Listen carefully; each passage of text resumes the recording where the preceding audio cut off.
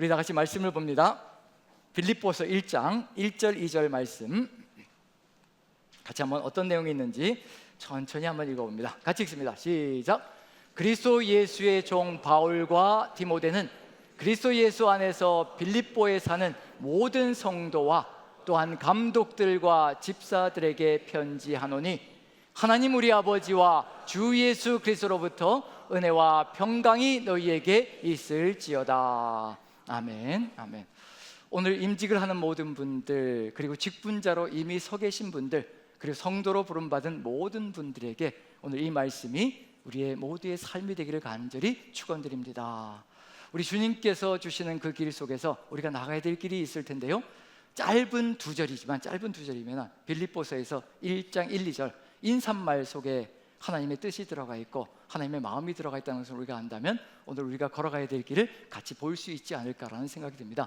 지난주에 에베소서를 통해서 이제 전신갑주를 입는 것, 예수 그리스도로 옷 입고 전신갑주를 입고 주의 뜻을 받들어 걸어가는 것, 다른 것이 아니라 예수 그리스도의 성품으로 우리가 변화되어져서 주님의 성품이 우리의 인격이 되어 삶을 걸어가는 것, 그 길을 우리가 같이 보았다면요, 오늘 이 시간에 그것을 어떻게 더 깊이 있게 걸어갈 수 있을까? 전신갑주를 입지 않고 그 전신갑주가 온전하게 우리의 옷이 되어서 평생을 걸어갈 수 있는 길, 그리고 옷은 제2의 피부라고 하잖아요. 걸친 듯 걸치지 않은 듯, 그게 가장 편안한 옷이라는 얘기거든요. 예수 그리스도로 옷 입고 살아갈 때 그것이 걸쳐 있는 것이 아니라 정말 우리의 몸에 딱 맞는 옷이 되어서 걸어가는 삶의 길을 어떻게 걸어갈 수 있을까? 오늘 이제 에베소서에서 빌립보로 넘어와서요, 같이 한번 말씀을 나눴으면 좋겠습니다. 빌립보서 하면 상당히 유명한 구절들이 많이 있습니다. 빌립보서 4장 6, 7절 하게 되면 우리에게 너무도 잘 아는 구절들이 있죠. 아무것도 염려하지 말고 오직 모든 일에 기도와 간구로 너희 구할 것을 감사함으로 하나님께 아뢰라. 그러면 하나님의 평강이 그리스도 예수 안에서 너희 마음과 생각을 지키시리라. 참 유명하죠. 그 다음에 내게 능력 주시는 자 안에서 내가 모든 것을 할 수 있다. 이것도 또 빌립보서 4장에 들어가 있고요. 거기에 덧붙여서 나에게 유익하던 모든 것을, 과거에는 유익하던 모든 것, 내 자랑거리인 모든 것들을 이제는 배설물로 여긴다는 그런 고백도 들어가 있고요. 거기에 덧붙여서 이제 평생을 통하여, 지금만이 아니라 평생을 표대를 향하여, 예수 그리스도라는 표대를 향하여 내가 달려간다라고 고백하는 바울의 또 신앙 고백도 들어가 있습니다. 이 모든 유명한 구절들이 많이 들어가 있는 것이 4장밖에 안 되는데도 불구하고요, 이렇게 유명한 우리의 마음을 이끌어가는 귀한 구절들이 잔뜩 들어가 있습니다. 그런데 그 중에서 가장 중요하고 가장 최고로 우리에게 새겨져야 될 내용, 중심에 자리 잡고 있는 것, 빌립보서의 중심에 자리 잡고 있고요, 그 중에 모든 것들의 으뜸이 된다고 할 수 있는 것, 저는 그것이 무엇이라고 생각하냐면 너희 안에 이 마음을 품으라. 아마 빌립보서의 중심일 겁니다. 중심이고 핵심이 될 거거든요. 그 중심과 핵심이 우리의 삶의 중심이 이루어진다면 우리도 또 주님의 길을 걸어가며 멋지게 살아갈 수 있지 않을까라는 기대를 가져봅니다. 오늘 제목은 이렇게 정해봤습니다. 이 마음을 품으라. 우리가 품어야 될 마음이 무엇인지 한번 가슴에 새기면서 걸어가는 삶이 되었으면 좋겠다라는 생각이 듭니다. 자, 빌립보서 하게 되면 질문을 드리나 드리지 않으나 아마 가장 유명한 것이 있을 겁니다. 그게 뭐냐면 기쁨이란 단어가 어느 성경보다도 많이 들어가 있습니다. 1장부터 4장까지 한 4장밖에 안 되는데요, 이 동사형, 명사형, 형용사형에서 15번이나 등장합니다. 기뻐하라, 기뻐하라, 여기서도 기뻐하라, 기뻐하라, 기뻐하고 기뻐하라, 기쁨, 그리고 기쁜, 이런 내용들이, 단어들이 15번이나 들어가 있다는 얘기거든요. 빈도수로 따지면 아마 바울 서신 중에서 최고가 아닐까라는 생각이 듭니다. 왜 이렇게 기쁨에 대해서 이야기할까? 기뻐하라고 얘기할까? 자, 그럼 이제 여러분들에게 질문 한번 드려보죠. 기뻐하라고 얘기하면 그 속에 기쁨이 가득하기 때문에 기뻐하라고 얘기하는 걸까요? 아니면 기쁨이 사라지기 때문에 기뻐하라고 얘기를 할까요? 지금 기쁨이 사라져가고 있는 중입니다. 바울은 빌립보 교회만 생각하면요, 기쁨이 넘쳤거든요. 성도들 한 명 한 명, 정말 복음의 시작부터 지금까지 동역자가 되어서 걸어가는 그런 빌립보 교회이기 때문에 정말 마음속에 성도들 한 명 한 명을 생각하고 교회를 생각하면 기쁨이 넘치거든요. 그런데 그 기쁨이 사라져가기 시작합니다. 분명히 이유가 있을 거예요.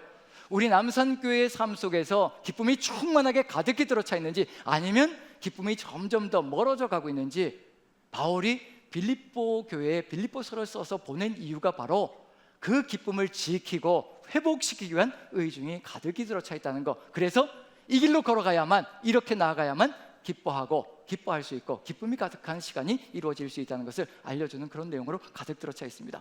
왜 기쁨이 사라져갈까? 분명히 문제가 있기 때문에 기쁨이 사라지거든요.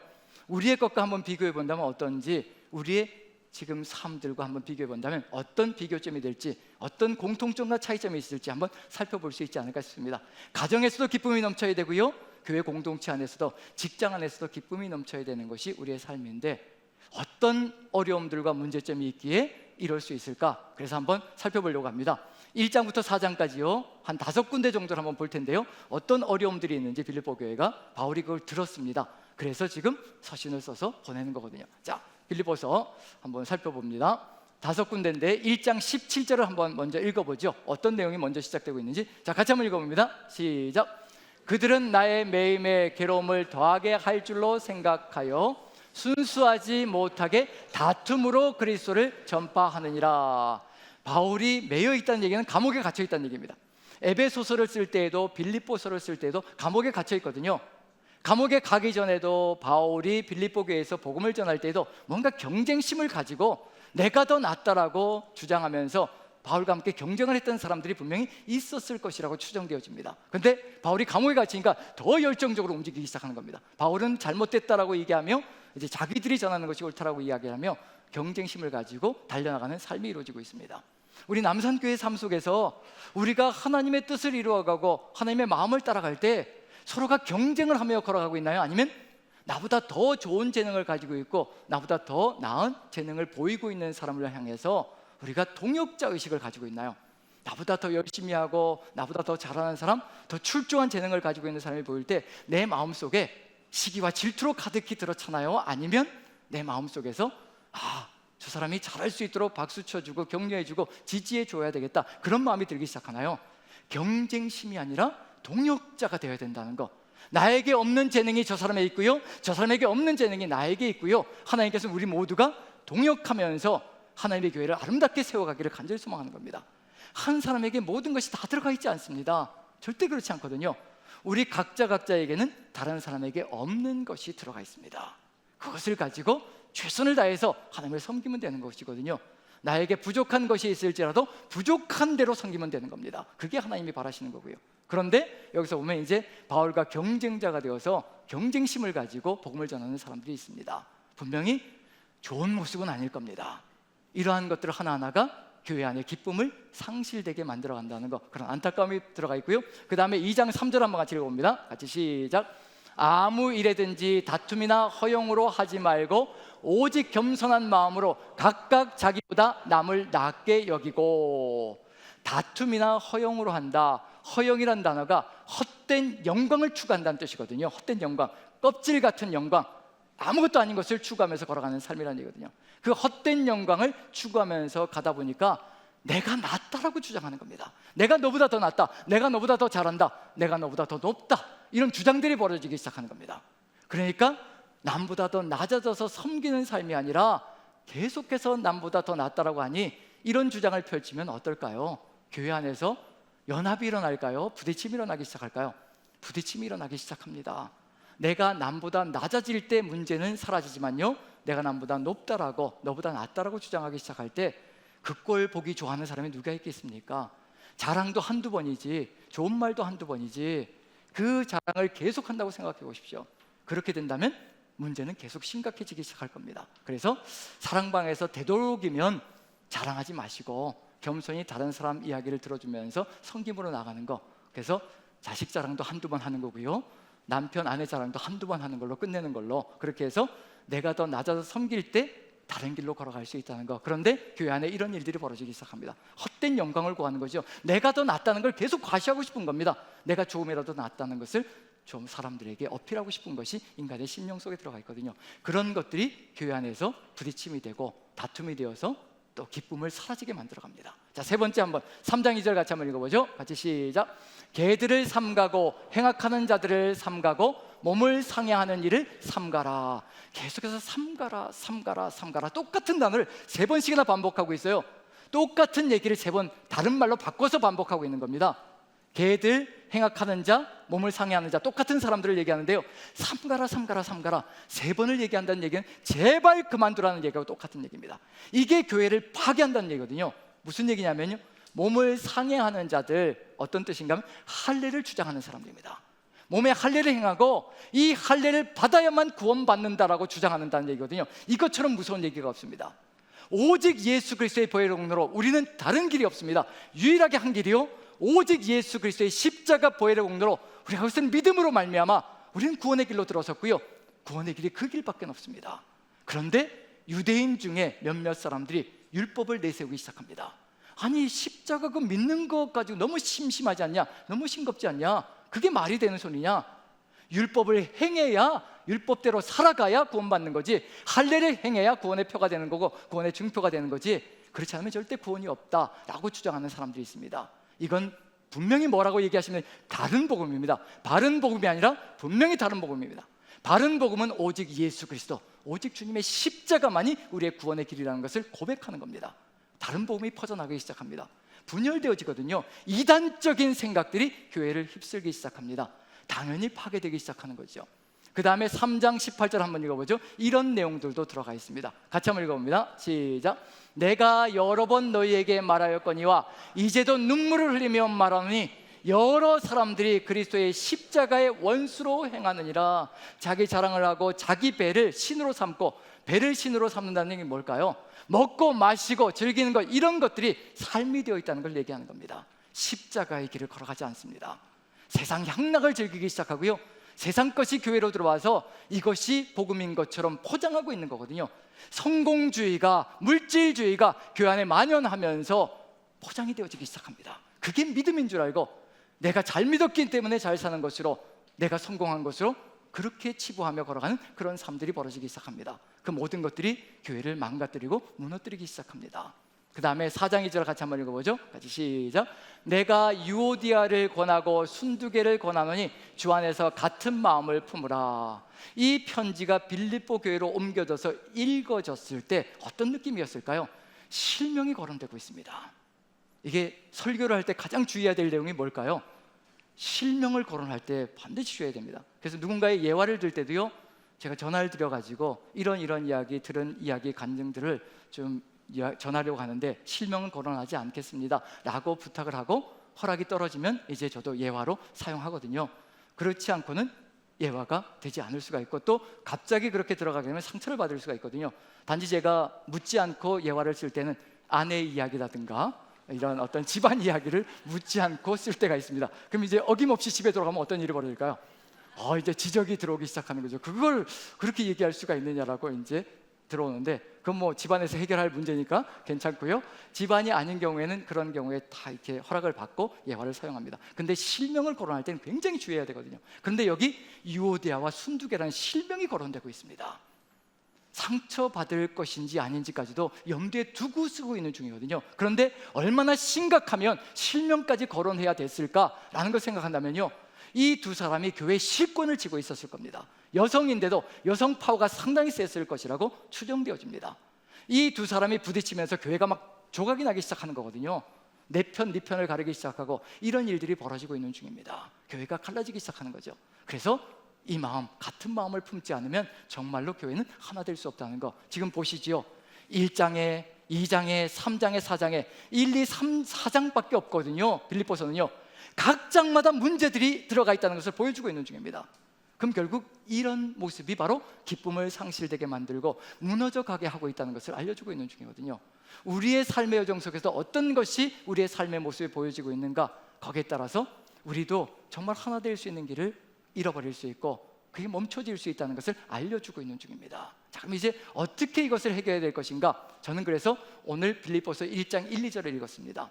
단 2절밖에 안 되거든요. 인사말입니다. 그런데 바울 서신의 특징이 있습니다. 로마서부터 시작해서 빌레몬서까지요, 우리가 그 특징을 깨닫기 시작하면요, 그 인사말 하나 가지고도 빌립보서가 어떤 의미를 가지고 있는지 정확하게 캐치할 수가 있고, 그리고 그 다음부터는요, 그 인사말을 확대시켜 나가고 있을 뿐이라는 것을 알 수가 있습니다. 로마서의 인사말 속에 들어가 있는 독특한 특징이 있거든요. 고린도서의 인사말이 들어가 있는 독특한 특징이 있습니다. 그 인사말 단 한두 절, 세네 절밖에 안 되는데 그 안에 바울은 의미를 집어넣고요, 이것을 잃어버렸기 때문에 바로 교회가 이 모양이 되고 있다는 것을 알려주고 있는 중입니다. 빌립보서도 역시 마찬가지입니다. 빌립보서 1장 1, 2절 속에요, 빌립보서만의 독특한 특징이 들어가 있습니다. 이것이 상실되어졌기 때문에 교회가 이렇게 되어지고 있다. 그걸 분명히 우리가 볼 수 있다면요, 지금 우리가 잃어버린 것이 무엇인가도 분명히 알 수 있지 않을까라는 생각이 듭니다. 자, 1장 1, 2절로 다시 돌아갑니다. 본문으로 다시 돌아갑니다. 자, 1장 1절만 읽습니다. 이 한 절 속에 우리가 가야 될 길이 들어가 있습니다. 빌립보 교회가 가야 될 길이 들어가 있고요, 우리가 서 있어야 될 위치가 들어가 있습니다. 자, 한번 1장 1절 같이 읽습니다. 시작. 그리스도 예수의 종 바울과 디모데는 그리스도 예수 안에서 빌립보에 사는 모든 성도와 또한 감독들과 집사들에게 편지하노니. 여기서 여러분들에게 빌립보서만의 특징을 뽑아내십시오라고 얘기하면 어떻게 하실까요? 네, 눈빛을 저한테 쏘아보시면서 네가 해라, 이런 표정이 되시겠죠? 자, 제가 이런 얘기를 계속 하는 이유는 뭐냐면요, 성경을 읽을 때 그 특징들, 저는 계속 보면서 어떻게 하냐면요, 인사말을 보면서 다른 서신들 다 찾아봅니다. 다른 서신의 인사말은 어떤가 다 찾아보거든요. 그게 시간이 한 10분 정도 걸립니다. 한번 찾아보는데요, 그럼 비교해 보면 아, 이게 빌립보서의 특징이구나, 이걸 이야기하고자 하는 의도가 이 안에 들어가 있구나, 그래서 바울이 빌립보에 이렇게 쓰는 거구나. 자, 여기서 특징이 뭐냐면요, 첫 번째 특징, 두 가지 특징이 있거든요. 유일한 특징, 첫 번째 특징은 그리스도 예수의 종 바울과 디모데라는 표현입니다. 자신을 종이라고만 표현하고 있는 것은요, 빌립보서가 유일합니다. 다른 서신들은 어떻게 하냐면 예수 그리스도의 종이라고 해놓고 그 다음에 사도로 부름받은, 사도도 들어가 있어요. 근데 빌립보서만큼은요, 사도라는 단어가 빠집니다. 거기에 뭐가 들어가면 종이라는 단어밖에 들어가 있지 않습니다. 왜 그럴까요? 잃어버린 것이 무엇인지 알려주고 있는 중입니다. 빌립보 교회가 잃어버리고 있는 것, 바로 종의 정체성을 잃어버렸다는, 내가 바로 종이다라고 먼저 선포하고 있는 중입니다. 나는 그리스도 예수의 종이다. 종을 한번 생각해 보십시오. 종에게 인권이 있습니까? 자유가 있습니까? 주장이 있습니까? 계획이 있습니까? 뜻이 있습니까? 목적이 있습니까? 종의 뜻과 목적은요, 100% 주인의 뜻과 목적이어야 합니다. 그게 종이거든요. 우리는 지금 우리 시대에 종이라고 하면서, 하나님의 종이라고 하면서 하나님을 부리려고 할 때가 참 많습니다. 예수 그리스도의 종이라고 분명히 선포하고 나서 예수 그리스도를 내가 원하는 삶으로 이끌어가려고 할 때가 참 많습니다. 내가 원하는 것을 이루어달라고 주장할 때가 참 많거든요. 종은 절대 그런 것이 아니라는 겁니다. 종의 역할은 주인의 뜻을 받들어서 걸어가는 것, 그 길이 이루어질 때 하나님의 뜻이 이루어지는 역사를 펼쳐갈 수가 있다는 얘기거든요. 그것이 우리가 걸어가야 될 삶이라는 것. 지금 우리의 삶의 여정 속에 어떤 길을 걸어가고 있는가, 내가 종으로서 역할을 감당하며 걸어가고 있는가. 구약 성경 속에 종이 어떤 존재인지를 정확하게 보여주고 있는 한 장이 있습니다. 창세기 24장이거든요 아브라함의 종이 등장합니다. 아브라함이 종을 불러서 자신의 아들의 이삭의 아내를 구해오라고 밧단 아람으로 보내는 거거든요. 그런데 24장 안에 그 종의 이름이 등장하지 않습니다. 이름이 나타나지 않아요.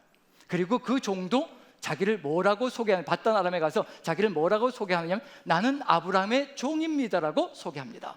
자기 이름을 얘기하지 않습니다. 그게 종입니다. 그리고 모든 일들이 누구의 뜻을 따라 움직이느냐면요, 아브라함의 뜻을 따라 움직입니다. 아브라함의 하나님께 기도하고요, 그리고 성사가 되어졌을 때, 이삭의 아내를 구했을 때 그 다음날 일어나자마자 가려고 합니다. 이제 돌아가겠습니다. 그 사람들은 기겁을 하는 거지요. 지금 데려가면 끝이거든요. 더 이상 얼굴을 볼 수 없거든요. 열흘이나 그렇게 있다가 좀 데려가도록 해달라고 부탁을 하지만, 내가 아브라함, 나를 보내신 주인의 뜻이 다 이루어졌는데 내가 여기서 무엇하러 머물러야 되겠습니까? 지금 당장 돌아가겠습니다. 그래서 그 사람들 하는 말이, 이 리브가의 부모들과 친지들이 하는 말이, 그러면 리브가에게 물어보자. 그래서 리브가가 가겠다라고 하니까 그 자리에서 출발하는 겁니다. 이게 종의 역할이거든요. 모든 것은 누구의 뜻 가운데 이루어지고 있는, 아브라함의 뜻 가운데 이루어지고 있는 중입니다. 종은 자기의 정체성이 아브라함이라는 정체성 속에 들어가 있습니다. 우리가 하나님의 종이라고 얘기할 때 우리에게 정체성은 어디에 들어가 있는가? 하나님이라는 그 명칭 속에 우리의 정체성이 들어가 있습니다. 찰스 스펄전이라는 목사님이 제자들과 함께 목회자의 삶에 대해서 대화를 나누고 있었고요, 가르침을 같이 나누고 있는 중이었습니다. 그때 한 제자가 이런 질문을 합니다. 목사님, 정말 어떻게 하면 성도들에게 인정받고 실패하지 않는 목회를 할 수 있을까요? 이렇게 진지한 질문을 합니다. 그때 스펄전 목사님이 조용히 대답합니다. 다른 것 없고 먼저 자신을 하나님께 종으로 드리십시오. 그리고 종이라는 단어 속에는 명예도 성공도 없다는 것을 기억하십시오. 오직 한 가지, 주인의 뜻과 주님의 명령, 주인의 명령에 순종하는 것만 있다는 것을 기억하십시오. 그것이 걸어가야 될 길입니다. 인간의 인정을 구하는 그 기쁨을 구하면 순간적일 수밖에 없고요, 하나님의 인정을 구할 때 그 기쁨은 영원할 것이라는 것을 기억하십시오. 그런 가르침을 주고 있었다는 얘기거든요. 왜냐하면요, 바로 예수 그리스도께서 그 종의 길을 걸어가셨기 때문이라는 겁니다. 그 길을 걸어가는 그 주님은 지금도 우리에게 무엇으로 역사하시고 계시는가? 주인으로 역사하지 않으시거든요. 지금도 우리 주님께서는 우리를 이끌어 가시는 종의 역할을 감당해 주십니다. 성령으로 내주하시며 지금도 우리를 이끌어 가시거든요. 지금도 우리 안에서 성령으로 역사하시며 우리의 삶을 인도해 가고 계시는 중입니다. 지금도 섬기고 계시는 중이거든요. 그 주님께서 우리를 언제까지 섬길 것인가? 우리는 천국을 생각할 때 이런 생각을 할 때가 참 많습니다. 천국 하게 되면 주님께서 우리가 깨어 있어서 섬기며 이기는 자가 되면 그 천국에서 우리를 왕노릇하게 해주시겠다라고. 혹시 요한계시록에서 그걸 들어보신 적 있나요? 우리를 왕노릇하게 해주시겠다고. 혹시 그 왕노릇에 대해서 오해하고 있지 않을까라는 생각이 들어서 말씀을 드리는 겁니다. 왕노릇하게 되면 이제 위에 서서 군림하게 되고 억압하게 되고 이런 생각을 가지고 계시다면 당장에 그 생각을 다 내려놓아야 합니다. 예수님께서 우리를 어떻게 인도하시며 어떻게 섬겨주실 것인가? 전 천국이 그래서 기쁨이 넘치고 희망이 넘치는 장소가 될 것이라고 확신합니다. 예수님께서 약속해 주신 것이 있습니다. 예수님께서 이렇게 약속해 주셨습니다. 누가복음을 먼저 한번 보죠. 누가복음과 요한계시록으로 들어갈 텐데요, 누가복음 36절을 12장 36절 한번 읽어봅니다. 이렇게 약속해 주십니다. 같이 읽습니다. 시작. 너희는 마치 그 주인이 혼인집에서 돌아와 문을 두드리면 곧 열어주려고 기다리는 사람과 같이 되라. 혼인집에서 돌아온다는 얘기는 뭐냐면 예수님께서 재림하실 것을 얘기하는 겁니다. 그러면 이렇게 하라라고 얘기하고 있는 중입니다. 우리가 걸어야 될 길. 그런데 37절 보시면요, 내가 그런 사람들에게 이렇게 해주겠다고 약속해 주십니다. 자, 30절 같이 한번 읽어보죠. 시작. 주인이 와서 깨어있는 것을 보면 그 종들은 복이 있으리로다. 내가 진실로 너희에게 이르노니 주인이 띠를 띠고 그 종들을 자리에 앉히고 나와 수종되리라. 천국에서 무슨 일이 벌어진다고 얘기하고 있나요? 예수님께서 띠를 띠시고요, 영원토록 섬겨주시고 영원토록 수종 들어주시겠다라고 약속해 주시는 겁니다. 이게 천국입니다. 천국에서 예수님께서 군림하시고 억압하시고 다스리면서 우리의 모든 것을 착취해가는 그런 천국이 아니라요, 예수님께서는 영원토록 여기에서 섬겨주신 것처럼 예수님께서는 영원토록 천국에서도 섬겨주실 것이라는 것을 지금 약속해주고 계시는 중입니다. 그래서 천국이 기쁘고요, 즐거운 장소입니다. 어느 누구도 높아지는 자리가 없는, 모두가 낮아서 섬기는 장소가 된다는 것. 자, 그런데 우리에게 약속해 주신 게 있죠. 면류관을 주겠다라고 약속해 주셨습니다. 바울 사도도 내가 달려갈 길을 마치고 선한 싸움을 달려서 달려갈 길을 마쳤으니 이제 나를 위하여 의의 면류관이 예비되었다라고 얘기하며, 나뿐만 아니라 주의 나타나심을 사모하는 모든 자에게 의의 면류관이 예비되었다라고, 왕관이죠, 왕관이 예비되었다고 얘기합니다. 그런데 요한계시록을 보면요, 이런 역사가 펼쳐집니다. 그 왕관이 어디에 돌아갈 것인가, 어디로 돌아갈 것인가? 같이 한번 요한계시록 4장 10절 11절 천국에서의, 하늘나라에서의 예배를 보여줍니다. 같이 한번 읽어보죠. 시작.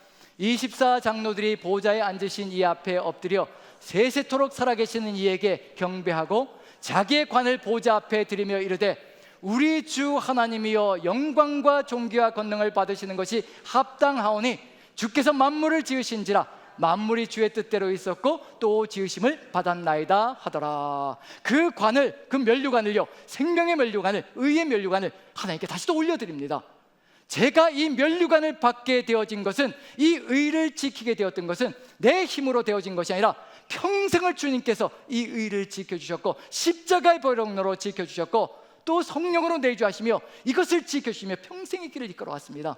제가 한 것이 아무것도 없고 주님께서 끝까지 섬겨주심으로 이 면류관이 제 것이 되었습니다. 다시 또 주님께 돌려드립니다. 그게 천국의 모습이거든요. 예수님께서는 우리를 끝까지 띠를 띠고 섬겨주시고 우리는 또 주님의 그 뜻을 받들어서 또다시 우리의 면류관을 주님께 올려드리고 같이 섬김의 길로 나아가는 것, 이곳이 어디냐면 바로 천국이라는 곳입니다. 그래서 기쁘고 즐겁고요, 사랑이 한이 없이 넘쳐나는 장소가 바로 천국의 길이라는 겁니다. 우리가 누구를 닮아가야 될까요? 너희 안에 이 마음을 품으라고 분명히 빌립보서는 선포하고 있습니다. 바울이 그리스도 예수의 종이라고 자신의 정체성을 선포했거든요. 이 종의 정체성이 어디에서 왔을 것인가, 누구로부터 왔을 것인가, 누구에게서 배웠을 것인가, 그게 바로 빌립보서의 핵심이고 중심이라는 겁니다. 그래서 가장 중심에 바로 너희 안에 이 마음을 품으라. 이 마음이 도대체 무엇인가? 이곳으로 돌아갈 때 빌립보 교회가 회복되고요, 기쁨이 회복될 수가 있습니다. 우리 또한 마찬가지입니다. 우리 또한 그 역사 속에 들어갈 때, 그 길로 나아갈 때 우리도 기쁨을 회복하며 하나 되는 역사를 이루어갈 수 있다는 것을 알려주고 있는 중입니다. 다시 한 번 더 봅니다. 너무도 유명한 구절이거든요. 근데 잊고 살아갈 때가 참 많습니다. 이 마음을 품어야 합니다. 그래야 교회가 하나 됩니다. 그래야 교회 안에 기쁨이 넘칩니다. 자, 같이 한번 읽어봅니다. 자, 빌립보서 2장 5절만 한번 읽어보죠. 같이 읽습니다. 시작. 이 마음을 품으라 곧 그리스도 예수의 마음이니. 너희 안에 이 마음을 품으라 곧 그리스도 예수의 마음이니. 누가 이걸 품었느냐 하면 바울이 그리스도 예수의 종으로서 이 마음을 품었습니다. 그래서 섬기는 길로 가고요, 끝까지 섬기면서 멈추지 않는 길을 걸어갑니다. 그리고 6절 한번 읽어보죠. 어떤 마음인지 같이 읽습니다. 6절 같이 시작. 그는 근본 하나님의 본체시나 하나님과 동등됨을 취할 것으로 여기지 아니하시고. 한번 생각해 보시죠. 우리가 누군가와 동등하게 위치해 있다면요, 스펙도 비슷하고 동등한 위치에 있다면요, 우리는 이런 마음을 가질 겁니다. 내가 너보다 조금 더 낫다라고 뭔가 하나 더 집어넣으려고 할 겁니다. 그게 우리의 마음이거든요. 그게 뭘까요? 그게 바로 원죄라는 겁니다. 우리는 누구보다도 높아지려고 하면 바로 하나님보다 높아지려고, 하나님같이 되려고 큰 소리 치는 것이 바로 원죄 속에 들어가 있거든요. 그게 인간의 모습 속에 들어가 있습니다. 그런데 하나님이 어떠신가요? 분명히 하나님과 같은 본체이시나 동등하시나 동등함을 취할 것으로 여기지 않으셨다고, 낮아지셨다라고 분명히 기록하고 있습니다. 낮아지심의 그 길을 걸어간 것, 그것이 우리의 삶의 길이 되어진다는 것. 하나님께서도 동등됨을 취하지 않으시고 낮아지는 길로 걸어갔다면요, 우리가 가야 될 길이 무엇일까? 그것을 우리 가슴 속에 새기는 것, 그게 바로 우리가 걸어가야 될 길이 될 겁니다. 자, 7절을 보시면요, 그 낮아짐의 길, 동등됨을 취하지 않으시고 어디로 가셨는가? 바로 이 길로 갑니다. 같이 한번 읽어보죠. 7절 같이 시작. 오히려 자기를 비워 종의 형체를 가지사 사람들과 같이 되셨고. 자기를 비우셨다라고 되어 있습니다. 종의 형체가 되셨다고 분명히 얘기하고 있습니다. 그게 사람이 되셨다는 얘기거든요. 하나님이 사람이 되신 겁니다, 우리를 위해서. 근데 우리는 자꾸만 신과 같이 되려고, 하나님 같이 되려고 큰 소리 치는 것이 우리의 삶의 모습 속에 들어가 있거든요. 그런데 그 모습을 내려놓을 수 있는 길, 그게 어디에 있는가? 자기를 비우셨다라고 되어 있습니다. 비우는 것만이 이 길입니다. 우리는 끊임없이 뭔가를 집어넣고 채우려고 하거든요. 채워서 누구보다 더 낫다는 것을 과시하고 싶고 보여주고 싶고 주장하고 싶은 것이 우리의 마음속에 들어가 있습니다. 그런데 하나님께서 자신을 다 비우셨다고 얘기합니다. 자신의 주장을 비우셨고, 계획을 비우셨고, 뜻을 비우셨고, 목적을 비우셨고, 정의와 공의도 비우셨고, 심판도 비우셨다고 얘기합니다. 그리고 그 모든 것들을 자신에게 다 쏟아부었다고 얘기합니다. 이런 길로 나아가며 걸어갈 때 결국은 종의 형체를 가져서 섬김의 길로 나아가는 그 삶의 모습을 보여주고 있다는 점에서 우리가 걸어가야 될 길이 무엇일까? 하나님이 걸어가신 이 길, 이 땅에 오셔서 걸어가신 이 길, 우리도 그 길을 걸어가지 못한다면요, 이 땅 위에 평화와 기쁨은 사라지기 시작할 것이라는 것, 그걸 알려주고 있는 중입니다. 그리고 8절 같이 한번 읽어봅니다. 같이 시작. 사람의 모양으로 나타나사 자기를 낮추시고 죽기까지 복종하셨으니 곧 십자가에 죽으심이라. 자신을 내어주는 것, 자신을 비울 때 벌어지는 일, 결국은 십자가에 죽는 것, 자신의 모든 것을 다 내어놓고 하나님의 뜻을 이루어가는 것, 그것이 바로 예수 그리스도께서 걸어가셨던 그 길이라는 것. 지금 우리에게 필요한 것이 있다면 바로 이와 같이 낮아짐의 길을 통하여서 나의 모든 것을 비우고 내려놓고 하나님의 뜻으로 예수 그리스도 한 분만으로 가득히 채울 때 이 길을 기꺼이 걸어갈 수 있는 삶의 길이 열려진다는 것, 그것을 우리가 믿는다면요, 오늘 이 시간에 우리가 걸어가야 될 길이 무엇일까? 다시 한 번 더 되짚어볼 수 있지 않을까 싶습니다. 누가 이 길을 걸어야 될까? 바울 사도가 분명히 그리스도 예수의 종으로 부름받았다라고 얘기하며 빌립보 교회 성도들에게 선포합니다. 누가 이 길을 걸어야 될까? 이 마음을 품고 걸어가야 될 사람들이 누구일까? 오늘 그것도 어디서 보여주고 있느냐? 바로 1장 1절에서 보여주고 있습니다. 다시 한번 1장 1절로 돌아갑니다. 자, 1장 1절 같이 읽으면서요, 누가 이 길을 걸어가야 될 것인가? 그러할 때 세상이 달라지고 교회가 달라질 것이라는 것, 같이 한번 읽어봅니다. 1절입니다. 같이 시작. 그리스도 예수의 종 바울과 디모데는 그리스도 예수 안에서 빌립보에 사는 모든 성도와 또한 감독들과 집사들에게 편지하노니. 빌립보 서만의 특징이 있습니다. 그리스도 예수의 종이라고 하는 것도 유일하게 빌립보서에만 주어져 있고요, 감독들과 집사들이 들어가 있는 것은 빌립보서만의 특징입니다. 다른 곳에서는 감독들과 집사들, 직분자들이 들어가지 않습니다. 그런데 빌립보서에서는 감독들과 집사들이 들어가 있습니다. 모든 직분자들, 성도부터 시작해서요 감독들과 집사들까지 모든 임직자들과 직분자들, 성도들이 다 하나로 어우러져서 바로 그리스도 예수의 종의 길로 걸어가야 되는 것, 그게 바로 빌립보서가 보여주고 있고요, 빌립보 교회가 걸어가야 될 길이고 우리가 걸어가야 될 삶의 길입니다. 오늘 임직하시는 분들이 있습니다. 분명히 기억해야 될 것이 있습니다. 종으로 세워지는 겁니다. 주인으로, 그리고 또 감투로 세워지는 것이 아니고요, 종으로 세워지는 겁니다. 지금 직분을 가지고 계시는 분들이 있습니다. 직분이 주어진 분들이 있거든요. 그 직분이 섬기라고, 종으로 섬기라고 주어진 겁니다. 큰 소리 치고 감투로 세워진 것이 절대 아니거든요. 그 길로 나가는 겁니다. 감독들 하게 되면 목회자와 장로들을 의미할 것이고요, 집사들은 안수집사, 권사들을 의미하고요, 그런 길로 부름을 받고 나가고 있는 삶이라는 것을 분명히 보여주고 있습니다. 순서를 한번 보시죠. 누가 먼저 들어가고 있나요? 제가 만약에 서신을 쓴다면요, 이렇게 할 것 같아요. 감독들과 집사들과 모든 성도들이라고 순서를 그렇게 잡을 것 같습니다. 근데 바울은 그렇게 잡지 않습니다. 모든 성도들과 감독들과 집사들이라고 순서를 잡습니다. 무슨 얘기일까요? 감독들과 집사들, 직분자들이 종이 되는 것에 뒤로 물러나라는 얘기가 아니라요, 더 낮아져서 섬겨야 된다는 것을 얘기하고 있는 중입니다. 더 낮아져, 더 뒤가 되어서, 더 뒷받침이 되어서 종 중에 종이 되어서 섬김의 길로 나아가는 것, 거기에 교회의 모습이 들어가 있고 바로 직분자들의 삶이 들어가 있고 거기에 바로 하나님의 교회가 걸어가야 될 기쁨의 길이 있다는 것을 알려주고 있는 중입니다. 지금 우리의 삶의 여정 속에서 분명하게 선포합니다. 직분을 가지고 계신 분들, 오늘 임직하시는 분들 가슴속에 새기시기 바랍니다. 종 중의 종입니다. 정말 성도들을 섬기고 하나님을 섬기며 종 중에 종의 길을 걸어간다는 것, 큰 소리치는 자리가 절대 아니라는 것, 누군가에게 잔소리하는 장소가 아니고요, 자리가 아니고요, 더 낮아져서 섬기며 더 종이 되어서 자신을 다 비워내고 다른 사람들을 이끌어가며 다른 사람들 세워가는 역할을 감당하는 것이 바로 직분자의 삶이라는 것을 마음에 새기며 하나님과 함께 동행하며 우리 남산교회가 직분자들로 말미암아, 임직자들로 말미암아, 그리고 모든 성도들로 말미암아 기쁨이 넘치고 행복이 넘치는 귀한 교회가 되기를 간절히 축원드립니다. 우리 같이 한번 인사하면서요, 같이 한번 기도하는 시간을 가져보도록 하겠습니다. 먼저 우리의 삶의 여정 속에서 정말 주님만 바라보며 주님의 뜻을 받들어 나가는 삶이 되게 도와주옵소서. 하나님의 뜻을 이루어가는 삶이 되게 도와주옵소서. 주님께로 나아가는 이 시간 오직 주께서 함께하여 주시어서 정말 더 낮아져 섬기는 삶이 되게 도와주시옵소서. 오직 주님의 그 뜻을 받들어 이 마음을 품는, 예수 그리스도의 그 마음을 품는 삶이 되게 도와주옵소서. 다 같이 한 목소리로 기도합니다. 기도하겠습니다. 사랑의 하나님, 우리 주님께서 함께하여 주시어서 아버지 더욱더 낮아져 섬기는 삶의 길을 걸어가게 오직 예수 그리스도의 그 마음을 품게 도와주옵소서.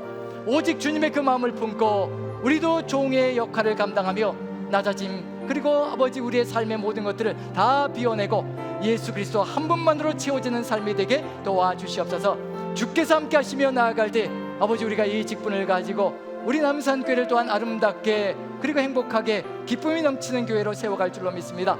주님께서 함께하여 주셔서 오직 주의 은혜로 가득히 채워주시옵소서. 주께서 그 길로 이끌어 가실 줄로 믿고 우리 구주 예수 그리스도 귀하신 이름 받들어 기도합나이다. 아멘.